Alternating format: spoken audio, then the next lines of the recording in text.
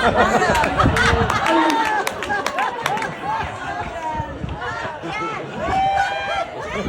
I'm just kidding. I'm just like a little bit. I'm about to cry. I know I do that. And I've actually given one Maid of Honor speech before.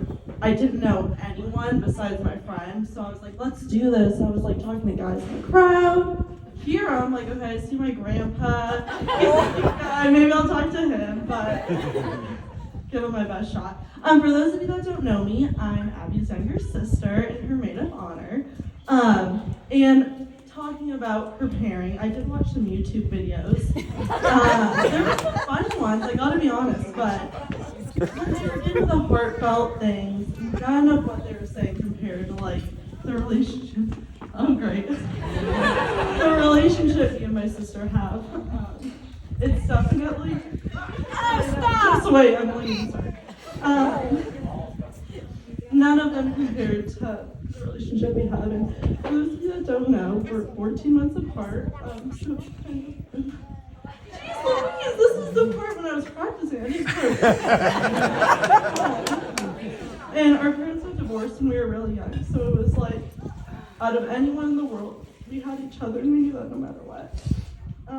I remember one summer, my grandparents brought us traveling across the country in their RV, and this is before we had phones or tablets, and we sat in the back of their truck for about a month driving from Connecticut to California, and I'm sure we got on each other's nerves the entire time. I don't know what we would argue about, but there was plenty. And I remember my dad came to pick her up for a soccer tournament when we had finished our trip. She got in the car and I just started crying, which now is probably not a big surprise to any of you. But she was literally going for 2 days, so I was bawling my eyes out. And I was probably like 12, which is even more embarrassing.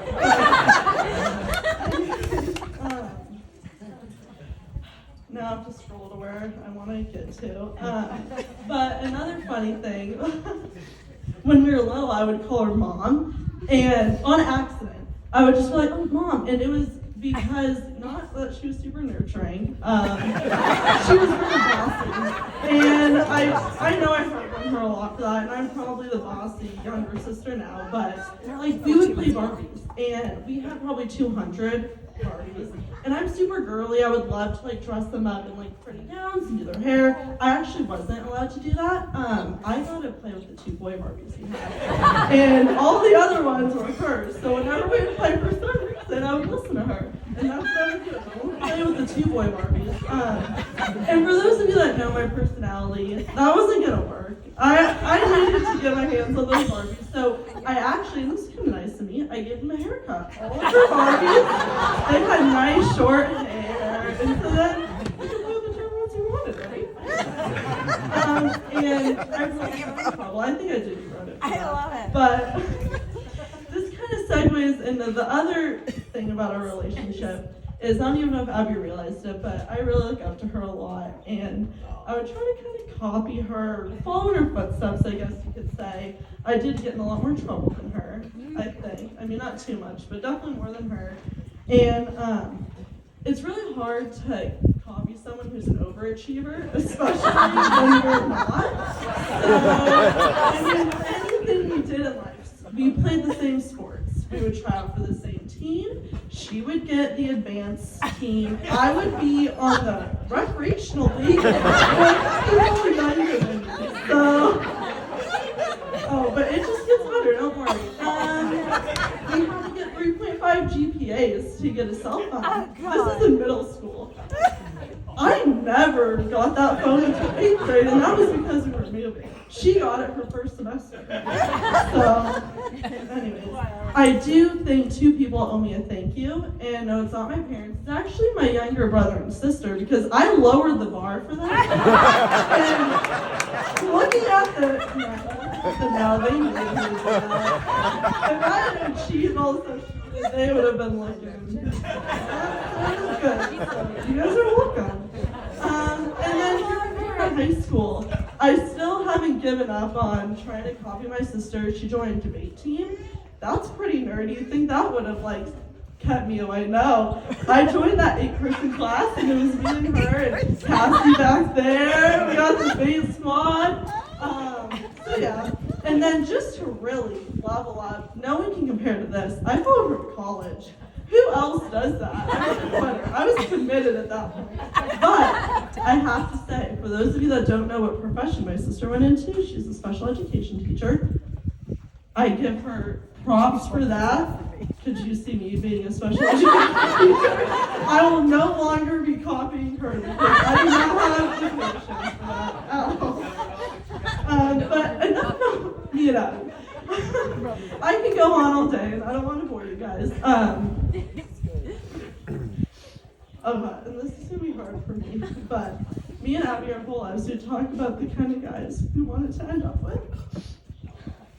Maybe if I just talk this way. We would just go over qualities, and sorry it didn't work out for you, but maybe I'll have a better life. No, but seriously, I'm just kidding. Oh my gosh, hilarious. Kind of thinking about the kind of person my sister would need. They would need to be patient because she is late to everything. They would need to be kind because clearly the women in our family are a little more sensitive, and most importantly, they would need to be a little weird because my sister is the weirdest person I've ever met. And for those of you that have seen Abbie in one of her weird moods, you know exactly what I'm talking about. That's what we call them. And I remember the first time she got in one of these moods in front of Brandon, I was like, oh no. This is it probably. He stuck around, and that's how I know they're going to make it. Because anyone who can deal with that is special. So, but all jokes aside, I'm going to get off script a little bit. I just want to say, Brandon, you're the perfect guy for my sister. And I'm really happy you two found each other. Because when I can't be there for her, I'm glad to know that you're there. Okay, and with that, I would like to say cheers. I would like to cheers to you guys, and hopefully my future niece or nephew. No pressure.